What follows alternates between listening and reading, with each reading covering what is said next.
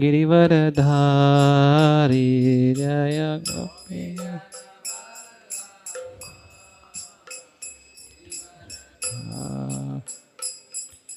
यशोदनन्दन Vraj जनरञ्जन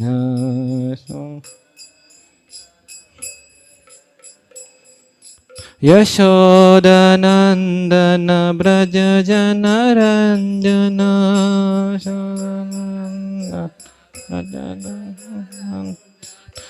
यमुनतीरावनचारी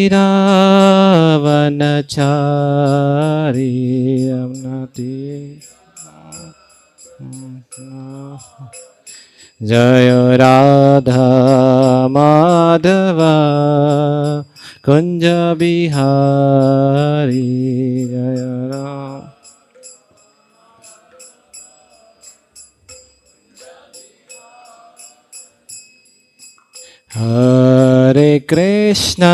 Hare Krishna Krishna Krishna Hare Hare Hare Ram Ram Ram Hare Hare Hare Krishna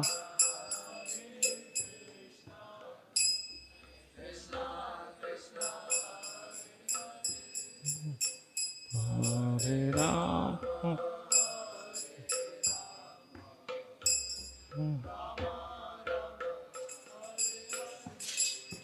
Hare Krishna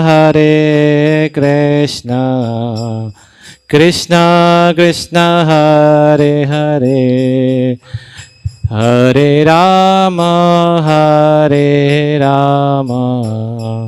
Rama Rama Hare Hare Hare Krishna Hare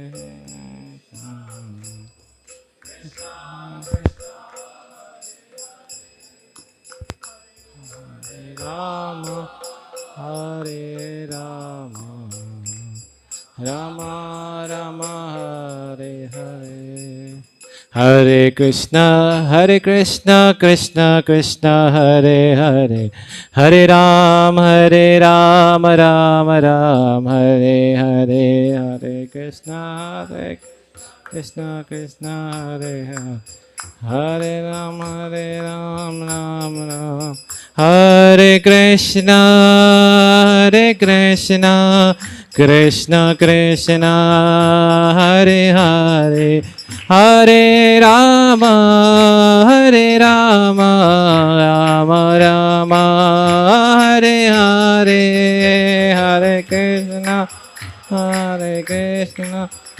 Krishna Krishna Hare Hare Hare Rama Rama Rama Hare Krishna Krishna Krishna Hare Hare Hare Rama Rama Rama Hare Hare Hare Krishna Krishna Krishna Hare Hare Hare Rama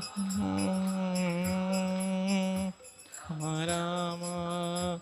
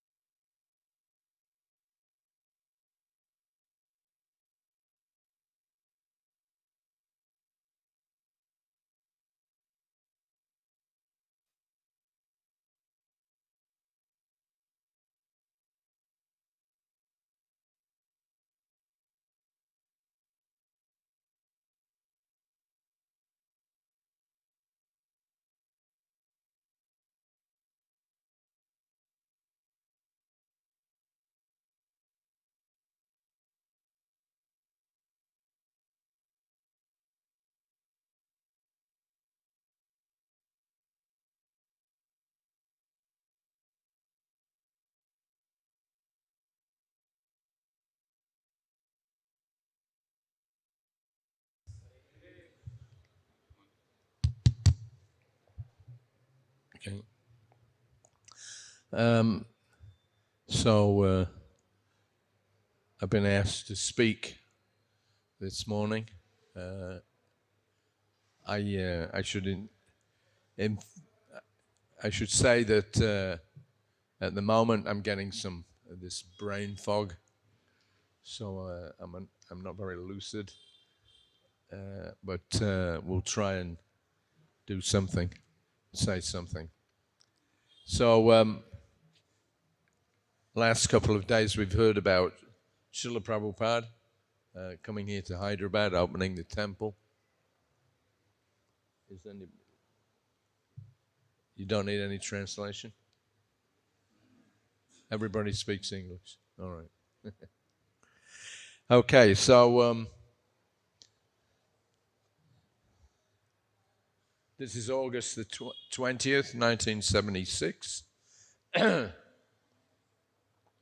Construction continues even as the temple functions moved into full swing. There is a constant banging and clatter, but Srila Prabhupada doesn't seem to mind. He's happy to see the work is being done and is pleased with the opening. Was pleased with the opening. Many local people are attending the artis. Even the neighborhood children have found a new haven to frequent, eager to chant with our devotees and take prasadam. After the hectic schedule of the past few days, Prabhupada finally got some time to deal with his mail. He began by dictating a note of thanks to Sampak Kumar Bhattacharya and the Bangalore Brahmanas, who are leaving tomorrow. After complimenting them on conducting the yagyas so nicely, he reminded Sampak Kumar that in Kali Yuga, the real yagya is Harinam Sankirtan. He finished with a request that they help spread the Krishna consciousness Brahminical culture all over the world.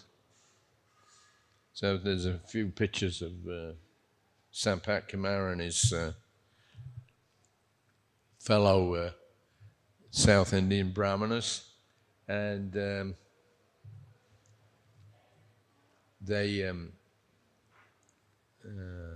well, one thing I can say is that when Sampak Kumar came to leaving and going back to his wherever his abode was,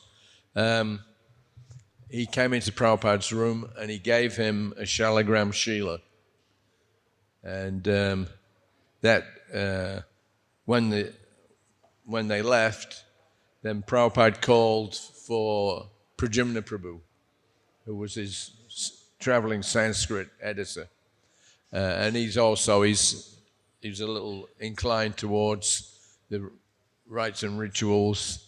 So Prabhupada called him in, and he told Pradyumna that he should worship the Shalagram Shila every day and just keep it simple.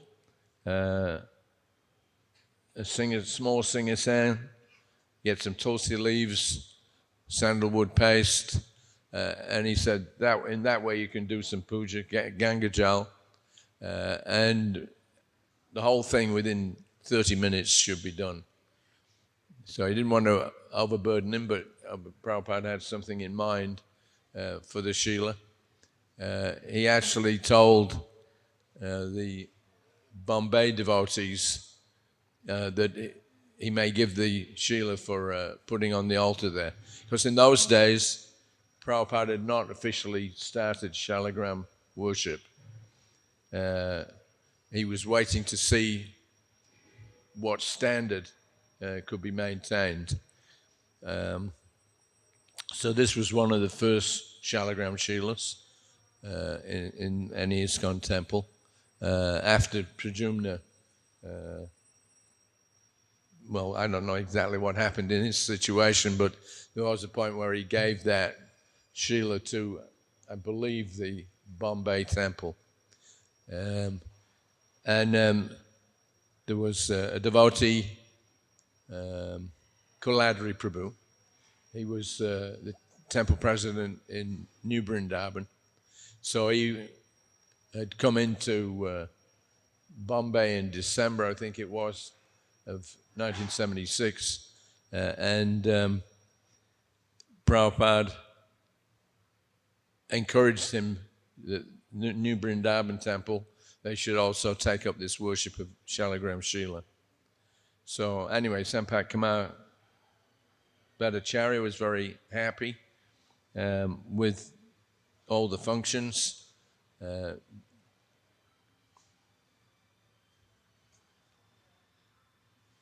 Okay, so after complimenting them on conducting the yajnas so nicely, it reminded Sampak Kumar that in Kali Yuga, the real yajna is Harinam Sankirtan.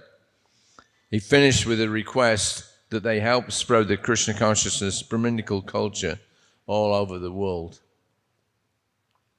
There was a letter from the Sydney Temple president, Jayadharma Das, who wrote reporting that they had distributed 15,000 sweet balls at their recent Rath Yatra. He also requested initiation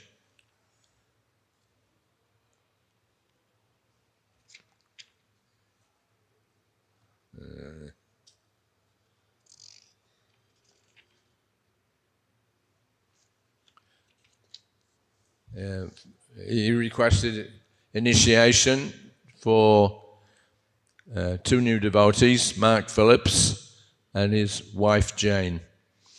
Mark wrote to Srila Prabhupada last December asking for guidance, and Prabhupada advised him to move into our temple. He took Prabhupada's advice and was now receiving the name Mahotsa Das. His wife is to be called Jagat Priyadasi. So requests for initiation were coming in on a regular basis. The movement from about 1969 or 1970 started to rapidly expand. And by the beginning of 1970, Prabhupada introduced a new system for giving initiations. Obviously he couldn't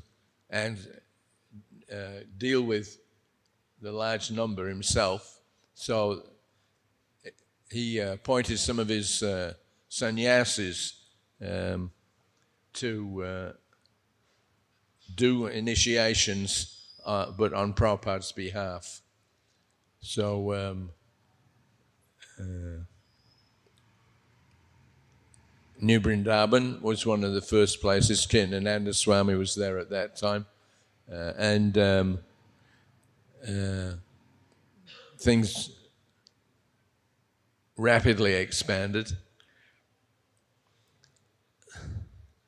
So Trivikram Swami also wrote, outlining a plan to remain in the West until he has sufficient funds for his preaching in Taiwan. Prabhupada liked the idea. Do it, he said. It's a very good program. This is a very gentlemanly idea. Unless one has an office and a sitting place, no one really cares about you. So Buddhimanta there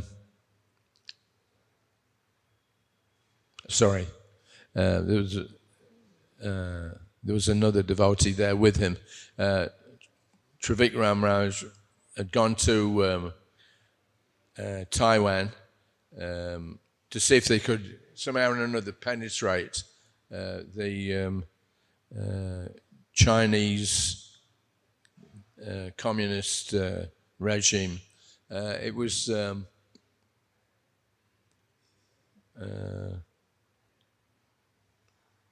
at that time it was the Chinese country.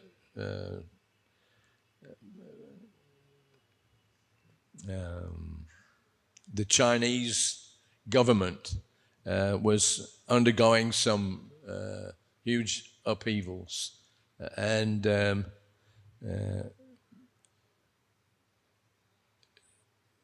Prabhupada, he let it be known to his GBCs that he wanted something to be done to get Krishna consciousness into China.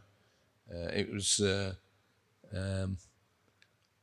at that time a very outlandish proposal, but Prabhupada was certain that something could be done. At the Mayapur festival in '76, Tamal Krishna Goswami, it's a long history, I won't repeat the whole thing, but Tamal Krishna Goswami, who had been running a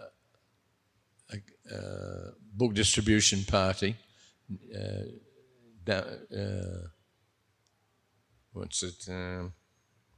Radha Damodar, he had gotten into some conflict with other devotees in America. And as a result of that, Prabhupada removed him as one of the GBCs in America. And Prabhupada told him that he wanted him to go to China. So he was trying that. And another initiative in that respect was that the devotees had finally managed to get, I think, 6 chapters of the Bhagavad Gita translated into Chinese. And Trivikram Maharaj he volunteered to try to go there and get something going. So they got part of it translated, Bhagavad Gita, and then the other devotees that were involved in that was Trivikram Maharaj and a devotee called Buddhimanta. Buddhimanta had been the top individual book distributor for several years. And he had jumped at the opportunity to try a new preaching field. Prabhupada was himself very bold. He would take all personal risks just to try to get a few books distributed. And the results from that was starting to become apparent. Trivikram Maharaj had gone to Taiwan. They were the entry points for China in those days was Taiwan and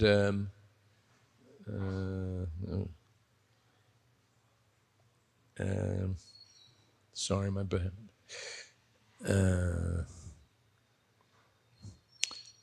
Okay, anyway. So he and Buddhimanta, they had gone to Taiwan and they were using that as an entry point for book distribution. And they would dress up in suits and ties and they were aiming for the office workers in Taiwan.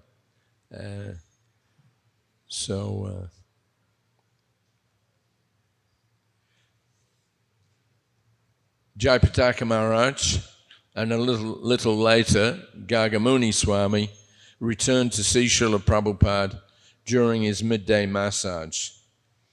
The sounds of construction, sawing, banging, and the chipping of the hammer and chisel, and the low clamor of visitors in the temple room were ever present in the background. Yet Prabhupada sat on a straw mat in his gamsha as I smeared mustard oil on his body, giving full attention to Jayapataka Maharaj's report. Jayapataka said that due to Krishna's expressed desire to develop other holy spots, Jayapataka said that due to Prabhupada's expressed desire to develop other holy spots, he had been taking the opportunity to visit various places mentioned in the Chaitanya Charitamrita as he toured Bengal. So not far from the mango grove, that Prabhupada stops at for breakfast whenever he goes to Mayapur, in the village of Palapada and about 1 mile south of the Chakda railway station, is a temple with the same Gaurnatai deities that Mahesh Pandit had worshipped. There are also several other deities and a dozen Shalagram Shilas. Mahesh Pandit is described as the 17th branch of Lord Nityananda and the 7th of the 12 Gopals. The current Sevite, Sri Krishna Priya Brahmachari, and is a disciple of a former British World War I air pilot called Richard Nixon. Nixon had settled in Almora in the Himalayas and was later initiated as Krishna Prem by one of the Goswamis from the Radharaman temple. So quite possibly this man, Richard Nixon, was the first Westerner to fully adopt Krishna consciousness, and he had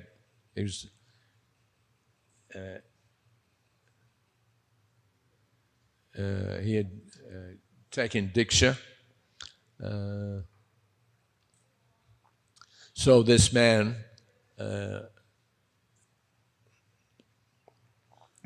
in the Mahesh Pandit's samadhi there, he had heard about Srila Prabhupada. He wanted to give his temple to ISKCON. It's well developed and maintained, and Jayapataka said that the man appears to be a competent manager. He holds an annual festival that attracts several thousand pilgrims. So Prabhupada gave his nod of approval. Later on, we did actually go to Mahesh Pandit's Samadhi. Prabhupada did programs there. And I don't know eventually what happened, but it's about 2 hours north of Calcutta. And Prabhupada was very keen to try to revive the worship in these small temples, especially in West Bengal. There was, at the end of Prabhupada's stay with us in October of 1977, Prabhupada had Jayapataka Maharaj form what was called the MVT, Mayapur Vrindavan Trust. And he had another trust formed, that was the Bhaktivedanta Swami Charity Trust, BSCT.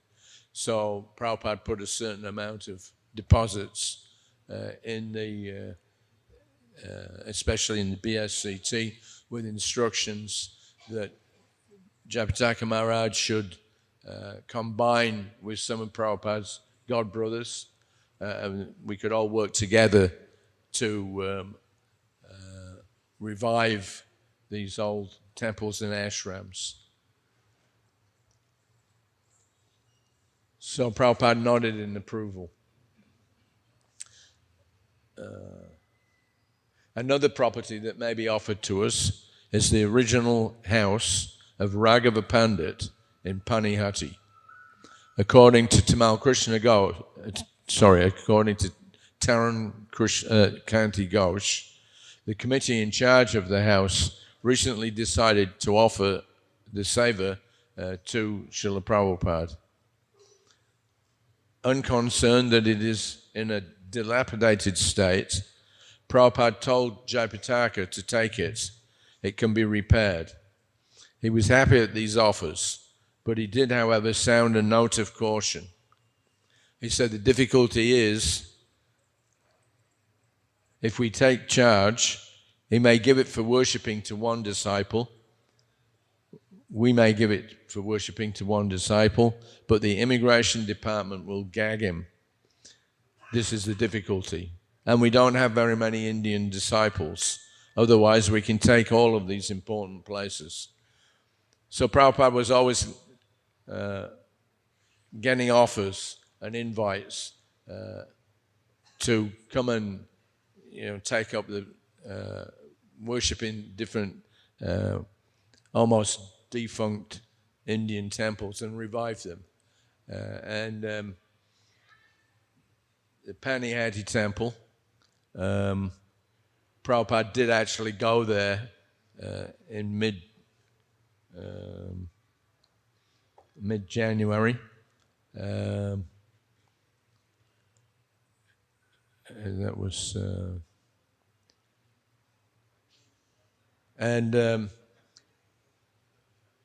we were actually... Prabhupada was in the motions of taking that temple up. He actually visited there, I think around about January the 18th. And then again in early February, he went twice. Now Panihati is a big affair.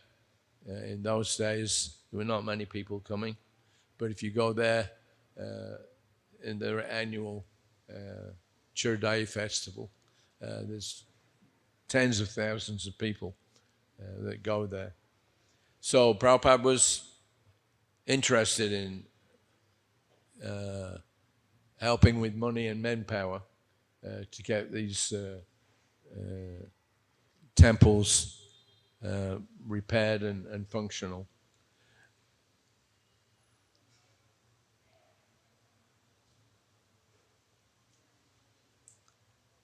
But he was aware, as it says here, that if we take charge of it, then the government kicks out the devotees that are not Indians. Then at that time there were not that many Indian disciples. And Prabhupada was concerned that if we start something, we may not be able to maintain it. So he was cautious. And then, of course, there were others that they saw how successful Prabhupada was with ISKCON. And so there was, not frequent, but it seemed like on a regular basis, someone would come and offer Prabhupada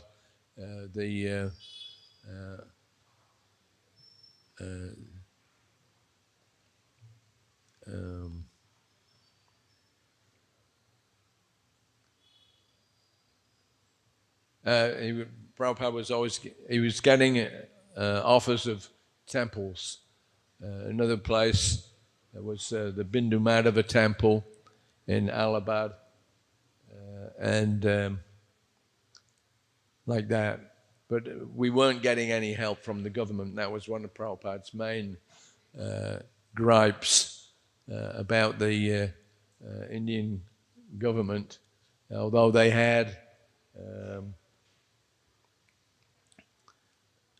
there were some politicians like Taran County Ghosh. He was the Minister for Home Affairs in Bengal. He was very enthusiastic to help ISKCON spread. He came to see Prabhupada in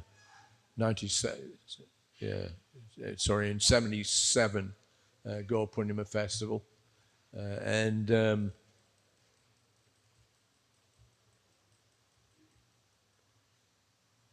there was, I mentioned the other day that about the Communist Party was trying to discredit Prabhupada's movement in whatever way they could.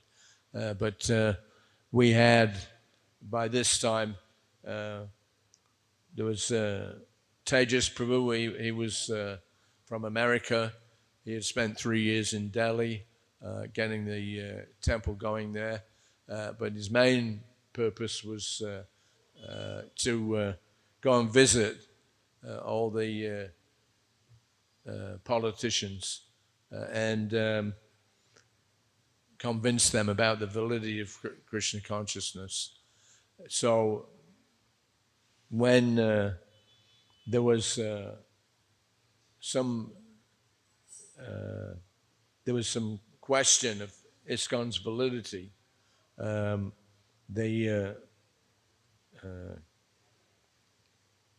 was his name? The Minister for Home, I forget his name now. Anyway, it was brought up in Parliament. Who are these people from ISKCON? What are they? So many Americans suddenly running all over our country. They must be CIA spies. And people took it seriously. So they raised the question in Parliament, what is this ISKCON? We've heard that they've got so much wealth that they're bringing in to the country. And maybe they're spies like this. So the Minister for Home, because it'd been cultivated for several years by Tejas Prabhu, he got up and he informed the parliamentarians that we've looked into the activities of ISKCON. We don't find anything wrong with it. So Prabhupada, that was one of his strategies, was to recruit as many important persons as possible, and it worked out, quite well. And Prabhupada was very pleased to see that his devotees were engaging with the topmost level of government officials. So, all right, so Raghava Pandit's house, unconcerned that it is in a dilapidated state, Prabhupada told Jayapataka to take it. It can be repaired. He's happy at these offers, but he did, however, make sound a note of caution. The difficulty is that if we take charge, we may give it for worshipping to one disciple, but the immigration department will gag him. That's the difficulty. And we don't have many Indian disciples. Otherwise, we can take all of these important places. So estimating that each foreign devotee has to leave and then return at a cost of 10,000 rupees, he said that if 10,000 rupees was invested in developing that center, much improvement could be done. But the government is gagging them. They're dreaming, CIA. So you can bring so many men and keep everyone in charge of such places, and it will develop. Money, there is no scarcity. But the difficulty is that as soon as we establish, then the immigration officials, they'll go, oh, you go away. Otherwise, there is no difficulty. We can take all the charge and develop them very nicely. So if one man is kept in charge, and after a few months he is advised go away, then all his training goes to hell, and we have to spend another 10,000 rupees. So that was one of the problems, that was the reluctance of the Indian government, although on one hand some of them were favorable, but the immigration was a real problem. They refused to give visas for long-term residence. So every 6 months, the devotees would have to leave the country, renew or get a new visa, and then come back in again. So that just to keep one person in functional in India, then Prabhupada had to spend at least 10,000 rupees, which was that was a lot of money in those days. So this leela that Prabhupada had with the immigration people was quite funny sometimes. We in mid-1976, Prabhupada had gone to New Vrindavan, so we were going out every day in the car to a place where Prabhupada could walk. And as we were driving along, a dog at the side of the road suddenly, it jumped up, and you've seen them sometimes. They chase after the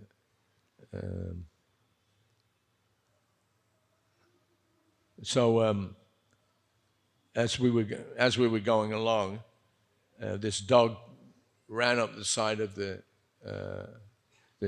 car, barking and snarling, and Prabhupada very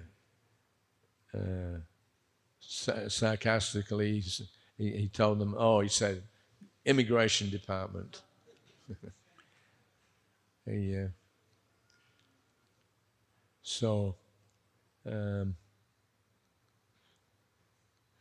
told Jayapataka to explain to the authorities that Prabhupada has put this philosophy, Anda Pangu Nyaya, the blind and the lame working cooperatively together. So let America's money and India's culture combine together, and the whole world will be benefited. Convince them. It is not a question of Indian or American. It is a cultural movement for the benefit of the whole world. He told Jayapataka to appeal to the devotional sentiments of Taran Kanti Ghosh. So Taran Babu, Prabhupada was speaking rhetorically, you are such a devotee of Chaitanya Mahaprabhu, so he wants this, so why don't you help us? Your family is devotees of Chaitanya Mahaprabhu, and it is spreading Chaitanya's mission. You should give up everything and join this movement if you are actually a devotee of Chaitanya. And Prabhupada says that he knows at your heart you want Lord Chaitanya's movement to be spread all over the world. So far he has studied you. So let us join together. Why should we unnecessarily be biased, American and Indian? Everything will happen. Everyone will be happy. India will be glorified. America will be glorified. From within 10 years, we've got so much success. So if we can work continually, the whole world will be benefited. So Prabhupada gave Jayapataka the go-ahead to accept any offers of historical places. Then he went on to discuss life membership, and Prabhupada gave instructions on what benefits may be given. He said that there should be no more misunderstandings, as there has been in the past. He advised them to give 5 books on loan to each member, and when they have read these 5, then they can exchange them for 5 more. He stressed that it should be made clear that only 3 days free lodging at a time is allowed. And when they first started doing the life membership program here in India, it took some time to get it kind of balanced properly. And he stressed that it should be made clear that only 3 days free lodging at a time is allowed. So that was part of the package deal, that you got 3 days for free staying in the ISKCON ashram. But it wasn't always clearly articulated to the life member that he was only getting 3 days. And we had a few incidences where somebody would join as a life member, and then they wouldn't move out. They'd just sit there, so they had a free house, practically speaking. So that happened. There was some problem here in Hyderabad with that, with this family, that they took occupancy of one of the rooms in the guest house in Bombay, and then after quite a long time, Gopal Krishna Maharaj had to ask them to please vacate, and they didn't want to. So that had to go to Prabhupada. Prabhupada had to sort things out. So this is another incidence of that. Prabhupada was referring to a woman who had turned up in Vrindavan last year, claiming that her life membership entitled her to free board and lodging in our guest house for the rest of her life. The dispute was only settled when Prabhupada personally intervened. If someone wants to live like the devotees, Prabhupada said, then they may be allowed to purchase a room and we will supply free prasadam. But they must attend arati and follow the rules and regulations. So Gagamuni described that a wealthy Madhwari man from Calcutta had offered us 15 acres of agricultural land and a large marble house near Bikaner in Rajasthan. Prabhupada said to take it, but Gagamuni said he was reluctant because we already have such huge properties in Mayapur. But Prabhupada quoted an old saying, if somebody offers you very nicely washed cloth, you should use it. And if there is some property, you must use it. He said that people are rotting outside of Krishna consciousness, and we should help them to develop their spiritual lives. This is the combination of rich man, poor man for Krishna. The same, Anda Pangu Nyaya. Both of them are useless separately, and when they combine in Krishna consciousness, then they all become useful. So our program, our propaganda, is that they are separately planning and being useless. Let them combine together in Krishna consciousness. All of this planning shall be successful. Jayapataka Maharaj smiled appreciatively. We were all useless in the West, Prabhupada, but you have come and then engaged us. Prabhupada took his praise humbly. So it is Krishna's desire. Nobody is useless. I was also useless. I could not do anything in India.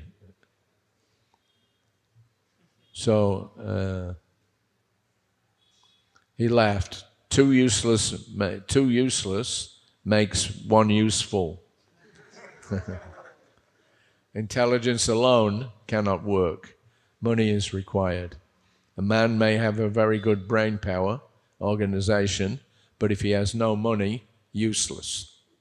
So 4 things are required: land, labor, capital, and organization. I think Prabhupada borrowed that from the communists. That was their slogan. That was the requirements for human development: land, labor, capital, and organization. If you got those 4 things, then you should be successful. He referred to his recent meetings with the endowments minister and their discussions about what to do with the funds which are donated to Balaji. What's that?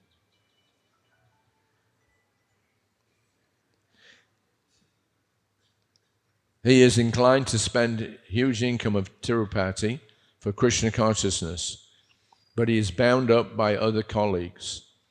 So they are applying the money. So he is willing to call for all the ministers if I can convince them. So I shall try it. So he was a nice man, Sagi Surya Narayan Rao or something. I can't remember his full name. Anyway, you've seen a few pictures of him. Small fellow, big handlebar mustache. But very sincere, but didn't know a thing about what he was doing. So the government had taken over the about 40,000, 30,000 or 40,000 temples in Andhra Pradesh, so that they could have some opportunity to get the money from Balaji. And in that way they were collecting it. Sometimes they would spend it. There were complaints that it was being used to the trustees were using the money to fund their own businesses, etc. So this man, he had been put in charge of the of 30,000 temples, but he had no idea what to do with it. So he came. Prabhupada spent several hours with him at different times, and he organized a meeting at his house. 7 of the ministers from the state cabinet came for that. Prabhupada preached to them something along the lines of Varnashram, and also he encouraged them to be very careful how they spend Balaji's money. So he told them that this money has been donated by the devotees. Now you must use it for the proper application. Otherwise, it's very, I don't know whether he said sinful, but they wouldn't be able to do anything successful. That was his point, because they didn't have any knowledge of what Krishna consciousness is, Balaji, etc. So Mr. Raju, I think his name was, so he came and he set up a meeting at his own house with Prabhupada. He explained that spiritual considerations in the giving and utilization of money. So the karmis, he said, the village cultivators or big men, industrialists, they're going to Tirupati. Whatever they can spare, they're offering. So that is jagya. If this money is taken, and again, if it is brought, so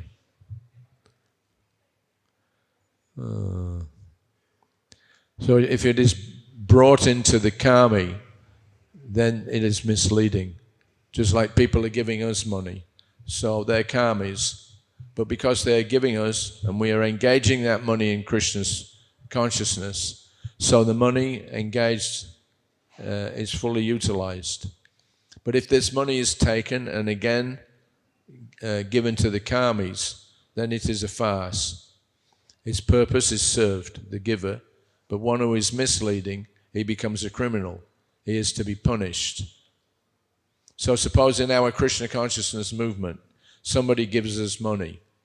He is giving in good faith that this is a very good organization. But if I misspend the money, then I am responsible and I'll be punished. His business is finished.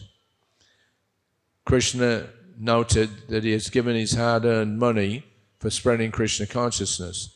Now, if I take that money and instead of doing Krishna consciousness, if I use it for my sense gratification, then I'll be responsible. So what is the use of Krishna's money being used in industry? Any purpose outside of Krishna consciousness, let this money be utilized for spreading the glories of Krishna. But they don't want to recognize Krishna. All the so-called Bhagavad Gita readers, they simply want to kill Krishna. So reporting on the situation in our Calcutta temple, Jayapataka and Gagamuni told Prabhupada that Abhiram Prabhu, the president there, had tried to obtain permission from the local authority to build a temple in the center of the small lake in the park across the other side of the road. So this is the Calcutta temple. We still have the same temple. That was the first ISKCON temple in India. And when Prabhupada came, he got that place at Albert Road. And somehow or another we're still in there. It's been very nicely renovated by Radharaman Prabhu. And so Prabhupada got a report from the Calcutta temple president, Abhiram Prabhu at that time, that he was trying to get the rights to that lake, which is just opposite. And then his idea was he would build a temple in the middle of the lake. So we have been trying to get the corporation in Calcutta. But the Minister of Municipal Affairs liked the idea. The obstacle, however, is that although they will allow us to build a monument to Srila Prabhupada, they will not allow any deity to be installed, because they knew that if you get in a property with it and put some deity, that's it. The property's gone. It belongs to the deities.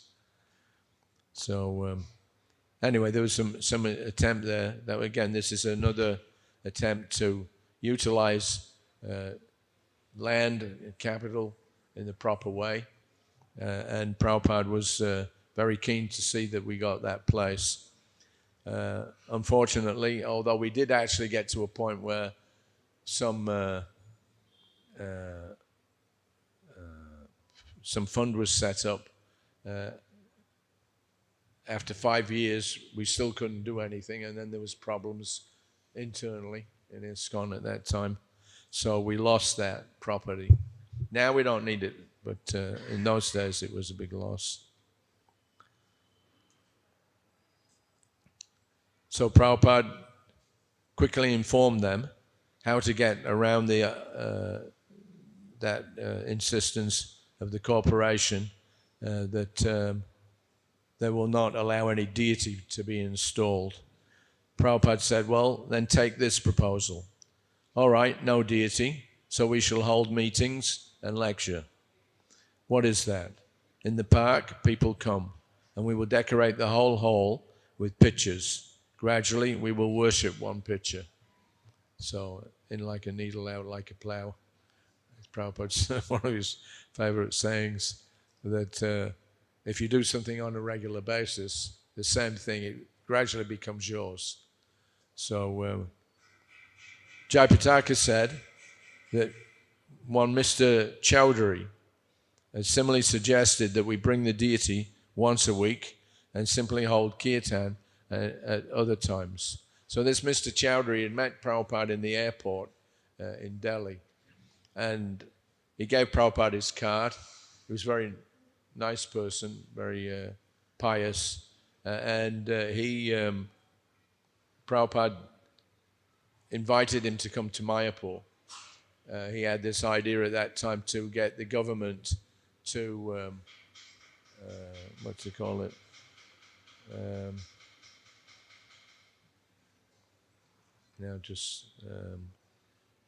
that when you get, Prabhupada wanted to acquire officially through the government 300 acres of land. So he was developing this idea. He met this man, Mr. Chowdhury. It turned out that he was the secretary of the land department in Calcutta. So he came out to Mayapur, spent the day there. He came with his wife. His wife was very enthusiastic. She told her husband, now, we must, if you call yourself a Hindu, you have to help Srila Prabhupada. So Jayapataka Maharaj was working on that all through the year. And finally, it got to the point where it looked like they were going to actually allow us to acquire the land. Then at the last minute, for whatever reason, that application was withdrawn. And then, of course, after a couple of months, the communists took power in Bengal, and then it became impossible to do anything with the government. Okay, so what time is it? What's the time? 9 o'clock. 9:10. 9:10. All right. We're supposed to be going soon. Question answer. What? Question answer session. Okay, we can do a couple of questions. if that's all right.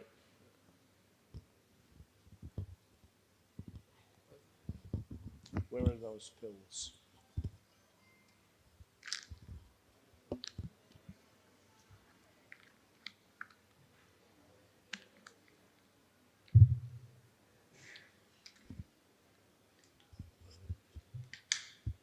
Prabhuji, shall I read the question?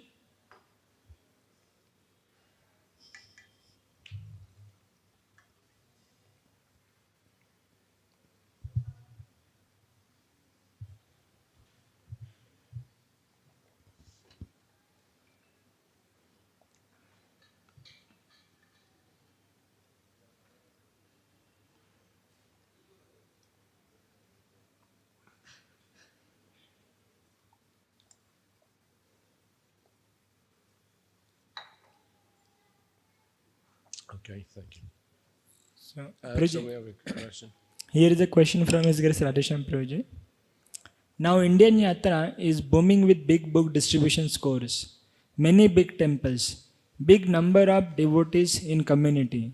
Still, we find it difficult to accept new properties, lands, where we can start new ISKCON temples, because we see that most community members are doing jobs and come to temple only in weekend.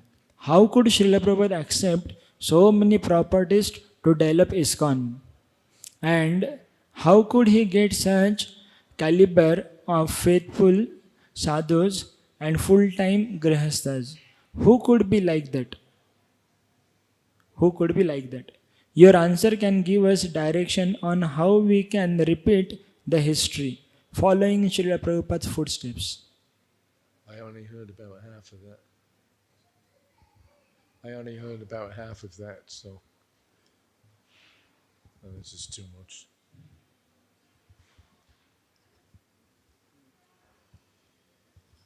Now Indian Yatra is booming and everything with Right. many temples, many community members and everything. But Yeah. still we are not able to accept the new properties temples because many devotees are doing jobs outside and they come to temple only on weekend. So how Prabhupada brought that surrender from the devotees and they were full time brahmachari? I mean, that's a question that can occupy the next week. Try to keep it concise. What I understand is that your question is how can we're getting offers of land, etc. How to train devotees or how to get the full time devotees, full time grihasthas so that they can do the revolution like the Prabhupada did with all of you. It's try and keep the question very short and simple. You can't possibly answer that in the 2 minutes that I've got. So you cannot tell in summarize question just 2 lines. Well, let's try another question. That one's just there's too much in it. I'll tell briefly, Brija, what this is Radheshambra is asking that how to get the seriousness of the devotee, Yeah, how I'm to not- make them more serious and sincere. It's not possible to deal with such a broad-ranging question in one, Bhagavatam questions and answers session. Just it requires good management. That's the whole point. You have to have a little intelligence. You have to deal with people in a very careful way. As Prabhupada said, we're being given so much money. The karmis, they're going and giving so much money to Balaji. And then Balaji, the people who are looking after the temple there, they're taking the money and we've heard, I don't know if it's true, but there was some complaint that they're taking so much money from Balaji and using that for industrial purposes to boost their incomes and things like that. So we have to be very careful that whatever money and other properties are being given or offered to ISKCON, it's been given in good faith. They expect that when they see somebody dressed as a sadhu, that he is a sadhu. Otherwise, we just become another cheating organization. So that's the first thing is that you have to have some very competent people to manage things. I mean, it's nice to hear that so many temples are coming up here in India. Now we're booming. There's more temples coming up than you could possibly manage. That's the problem. It's all right saying, yes, we got 17 temples, but have you got the 17, persons to be the temple presidents? Have you got the 17 persons to be the head cooks, to be the pujaris? This is a huge endeavor just to get one temple. Yeah, it takes so much effort. So on the one hand, we like to see the Krishna consciousness is booming, but on the other hand,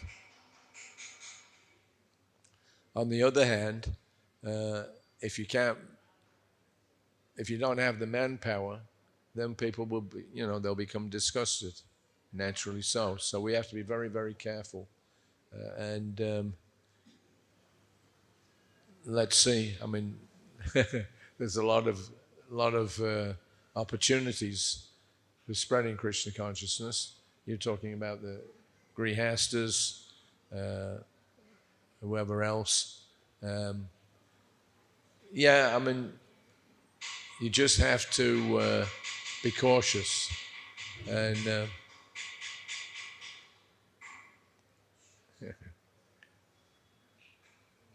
is that all right? I mean, I don't want to go on and on about the same topic, but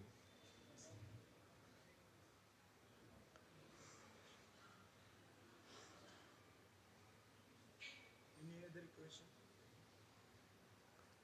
are we all right? No more questions or comments? Ananda Prabhu, you have any comments?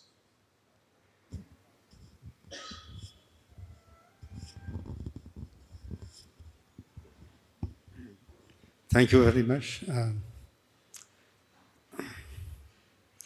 Prabhupada's formula for Tirupati Tirumala Devasthanam, that at that time the chief minister was using part of the money given to Balaji for industrial purposes. Yeah. So Prabhupada had come to know about it, and he told very strictly to the endowments minister that Balaji's money should be used only for Balaji. That is a formula that Prabhupada used very strictly. Only for Balaji, not for any other purpose. Yes.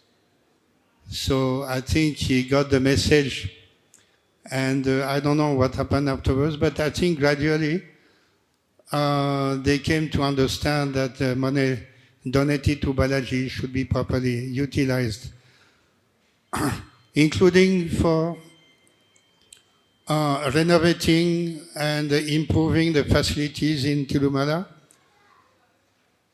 That also could be done. Opening Goshala and school for children, Gurukul for children. So I think they have done this afterwards also. In this way, the money should be used only for expanding the devotion to Balaji or message of Bhagavad Gita.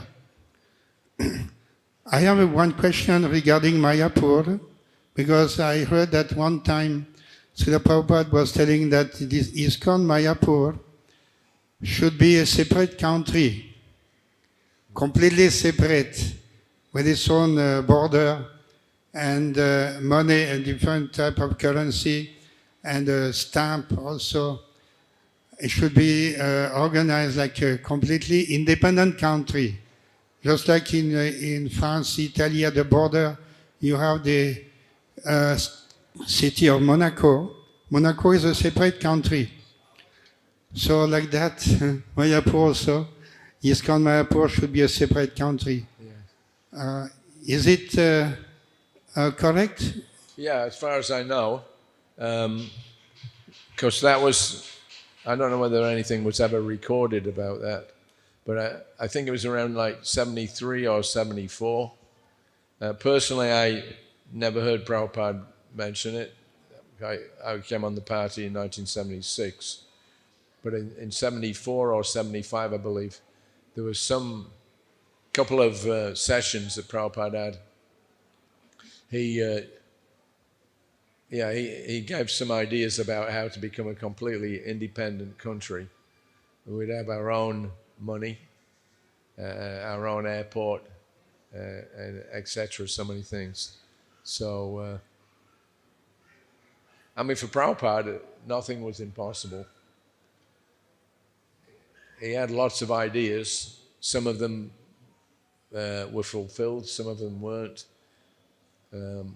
We just do what we can as much as we can, and let's see what happens. It's possible we could have our own country.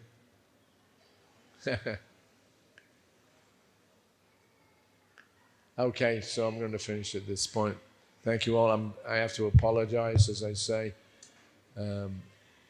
I have some neurological issues, so it takes a little bit to articulate what I want to say. I know what I want to say, but I can't get it out. So anyway, thank you all for coming and listening. We having a session tomorrow, or that'll be the last time? So we'll have the last session tomorrow morning, if that's all right. Hare Krishna. Srila Prabhupada ki jai.